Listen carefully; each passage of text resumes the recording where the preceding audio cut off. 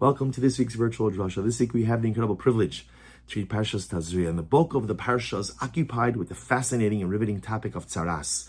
We often loosely translate tzaras as leprosy, but leprosy is an actual physical malady. Tzaras was more a physical manifestation of a spiritual ailment. A person who was in a state of spiritual disrepair.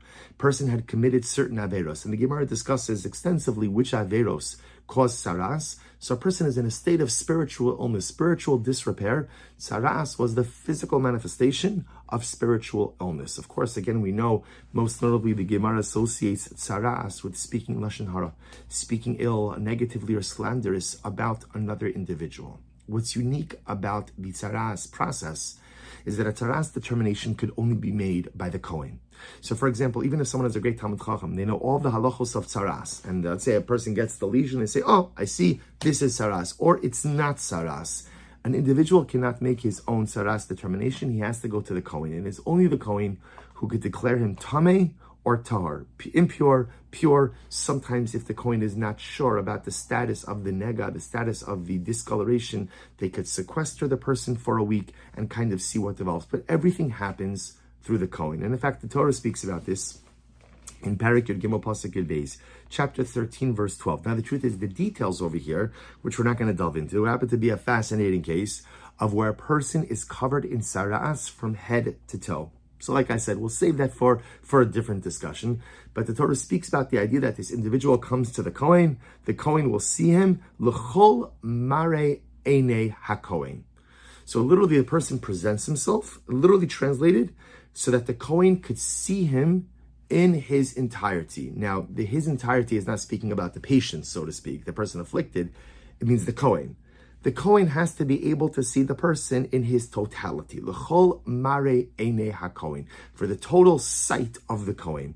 And what's interesting is as follows. The Mishnah in Meseches Negoim, Parak Beis, in Mishnayos Beis and Gimel, quotes an amazing halachas. The Mishnah says, "Ein rom hanagam mishachris uvein arbaim." So it's interesting. The Mishnah says you can't go ahead and see. A Kohen can't examine discolorations early in the morning or in the evening, nor inside the house. Why? Because it's interesting. Morning, the light reflects one way. Evening, the light reflects a different way. Inside the house, you may not have natural light. And the Kohen has to be able to see the nega, has to be able to see the discoloration in almost like perfect circumstances, to the point that the Mishnah actually says, so when could a Kohen examine these discolorations? B'shalosh, ba'arba, b'chamesh, u'b'sheva, u'b'shmona. It's fascinating.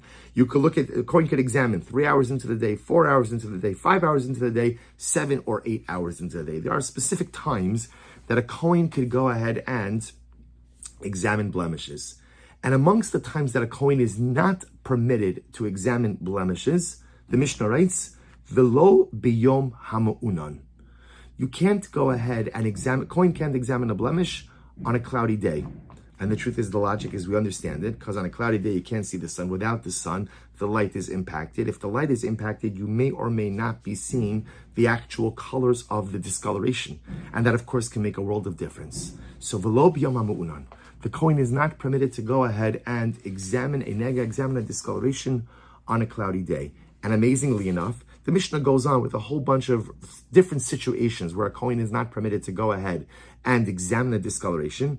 And then it says at the end, why is this? All this is based on the pasuk. Shene Amar, l'chol mare einei hakohen. The Kohen has to be able to see things in totality. It's incredible. The pasuk we just quoted from our parsha, Parak Yud Gimel Pasuk Yud Beis, chapter 13, verse 12. Why can't the Kohen go ahead and look at a discoloration, look at a nega, look at a blemish on a cloudy day? Why not? Why not?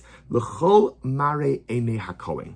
The Kohen has to be able to see things in totality. And again, there are so many other examples of this. If a Kohen is blind in one eye, he's not allowed to paskin on negoim. L'chol mare einei hakohen means the Kohen has to be able to see things in totality. So it's cloudy, he can't look at negoim. And I saw a beautiful and incredible and dramatically relevant idea brought down in the Sefer Galilei Zav, quoted from the Sefer Galilei Zav. Galilei Zav was written by Rav David Maskowitz. Rav David Maskowitz was a Rav in Transylvania, Romania, before the war. He was a Hasidic Rav. He wasn't a Rebbe in Israel, but he was a Hasidic Rav and an outstanding Talmud Chacham. And I saw quoted from a Sefer Galilei Zav the following concept.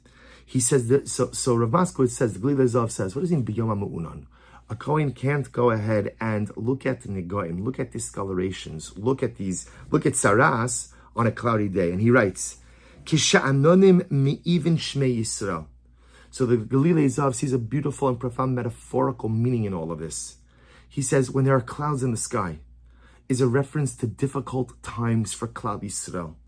When it is a difficult matzav, when the sky is cloudy, cloudiness always looks a little bit ominous, right? You go outside, just even on a perfectly wonderful day, you see the sky getting dark, you see the clouds forming. There's a feeling of ominouskeit. It's not a word, but it sounds good. Ominouskeit that goes ahead and develops inside the individual. It's sunny, everything's beautiful, everything's fantastic, but b'yom ha'mu'una, on a cloudy day, represents times of difficulty. Clouds represent an ominous said Kisha anonim even Shmei Yisrael ugzeros vitzaros tekufos uba'as aleihem.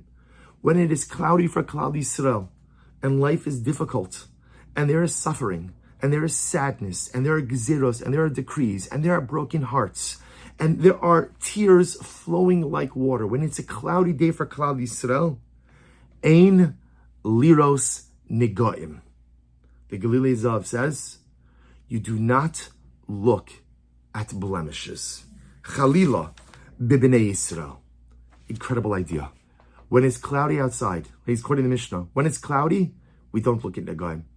When there's a time of adversity, a time of difficulty, a time of challenge for Klal Yisrael, that is not a time to look at imperfections in your fellow Jew. When it's cloudy outside, when things are difficult, we don't see negoim, but rather we go out of our way to look for the positive. We go out of our way to look for the good. We go out of our way to see the beauty, and we avoid at all expenses seeing the negoim, seeing what is broken, seeing what is in a state of disrepair, seeing what is blemished in my fellow Jew. What an incredible and overwhelming idea. Chavra, we often speak about that one of the most powerful things that we have experienced since October 7th has been achdus. But the truth is, human nature is, at least Jewish nature often is, that in times of crisis, we circle the wagons, we put our arms around one another, and we're together, we're biyachad. But then as time goes on, sometimes it's easy for that to fray. HaKadosh Baruch Hu blessed us with the ability to pivot, with the ability to accommodate to new circumstances in life. And sometimes once we begin to accommodate, and once we begin to pivot, and once we begin to get used to new realities, sometimes we fall back into our old ways. And we begin to be critical of one another, and we begin to dissect one another, and we begin to see the blemishes in one another. And the Galilei Zav teaches us that as long as there are clouds in the sky, as long as there are difficulties for Klal Yisrael, as long as there is war, and as long as there are hostages, and as long as there is anti-Semitism, and as long as there are soldiers in harm's way, if there are clouds in the sky, you don't look at negoim.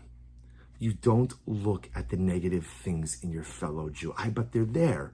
They're staring at me in the face, right? I can't avoid it. I can't look away. It's obvious. I'm not trying to be bad, but it's right there. It's right there. Chavra, that's our avoda. A lot of times because we're so far away, I'm talking to us now in the diaspora, because we're so far away, often we feel so incredibly helpless. But the truth is, there is no such thing as a yid who is helpless. There is no such thing. At the end of the day, all of us have the ability to affect change in so many dramatic ways. And there are some Jews who affect change with rifles and tanks, and there are other Jews who affect change with the Chumash and the Gemara, and there are other Jews who affect change with their tfilos, and there are other Jews who affect change with their eyes. The power of looking favorably upon one another. I know we speak about it ad nauseum, but the power of really resisting the temptation to see something negative and going out of my way to see something positive in every Jew. Do you know the power that would bring to our nation? The light that would bring to our world? We're living in a time where the world, or I shouldn't say the world because that's a generalization, but so many look upon us with an evil eye. that so many look upon us with a negative eye, that so many see us as the aggressor, as the tyrannical force, as the oppressor. And again, we all wear that mantle in the eyes of the world. It doesn't matter, you're here, you're there. The world looks upon us now, so many in the world look upon us now with such negativity. And when the world looks upon us with negativity, it behooves us to look upon one another with unbridled positivity. It behooves us to look upon one another with an ayin tova, with a good eye, to avoid seeing the negative. Chevra, if you look hard enough at any person, you could always find something negative. You could always find something negative. But the avodah of a Yid, the avodah of a Jew, is when we look at each other to find something positive, to find something good, to recognize that if there are clouds in the sky, we don't look at Nagaim. The truth is, even when there aren't clouds in the sky, we shouldn't look at Nagaim. But the truth is, we're human beings. We're going to find fault in each other. But at least, to commit ourselves that when there are clouds in the sky, when there are the clouds of war, the clouds of difficulty, the clouds of heartbreak, don't look for the negativity in each other. And even if we see something, move away from it. Quickly, go to find something positive. Rabbi Nachman says, in the Kuti Maran, the Rebbe brings down, that if you find yourself seeing something negative about someone, he says, in that moment, push yourself, in that moment, to find something positive. And even if the positive thing is something so small, whatever it is, they're a nice dresser. I don't know, they give tzedakah, they're this. Even if you can't find something positive to offset the negative that you're seeing, but find something positive. That's an avodah that we can do. Do you know why we were redeemed from Mitzrayim?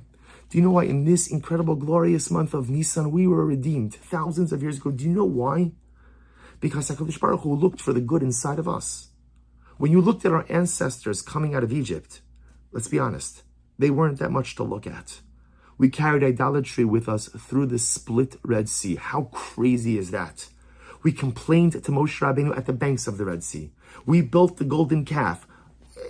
That's who we are. So why did HaKadosh Baruch Hu redeem a nation like this? Because he didn't look just at us at first glance. He didn't see the negaim. He didn't see the negativity. He looked inside and he saw the beauty as well. And that's how he got out of Mitzrayim. Only because HaKadosh Baruch Hu chose not to look at the blemishes. And however, the only way we are going to extricate ourselves from this current war, from this current difficulty, yes, we have to put in all of the hishtadlus, we have to put in all of the physical and material and human effort, absolutely. But bolster that with a healthy dose of dynamic spiritual activity as well. And if we just begin to condition ourselves to not see the imperfections, to not see the negativity, and whether you apply this in your marriage, with your children, with your friends, in your workplace, wherever you want to plug it in your shul, wherever you want to plug it in. The clouds of war are gathered around our people. And as the Galilei Zohar says, you don't look at negaim when there's a cloudy day. L'chol mare einei hakoin. B'yom ha'mu'unon, on a cloudy day, in times of difficulty, we do not look at blemishes. Halavai, we should be zochem Eretz Hashem to summon up the strength within ourselves, to only see the good in each other, to actively look for the good in one another. And in that zechus, may we be zochem Eretz Hashem to dispel the clouds of war, to drive away the clouds of sadness. Benisa nigalu ubenisa nasid nigal. We were redeemed once upon a time in this holy and sacred month. And may we be zochem Eretz Hashem to experience salvation in this month of Nisan again. By Yamim Ahim, Bazman Hazeh. Wishing everyone a good Erev Shabbos and a beautiful Shabbos Kodesh.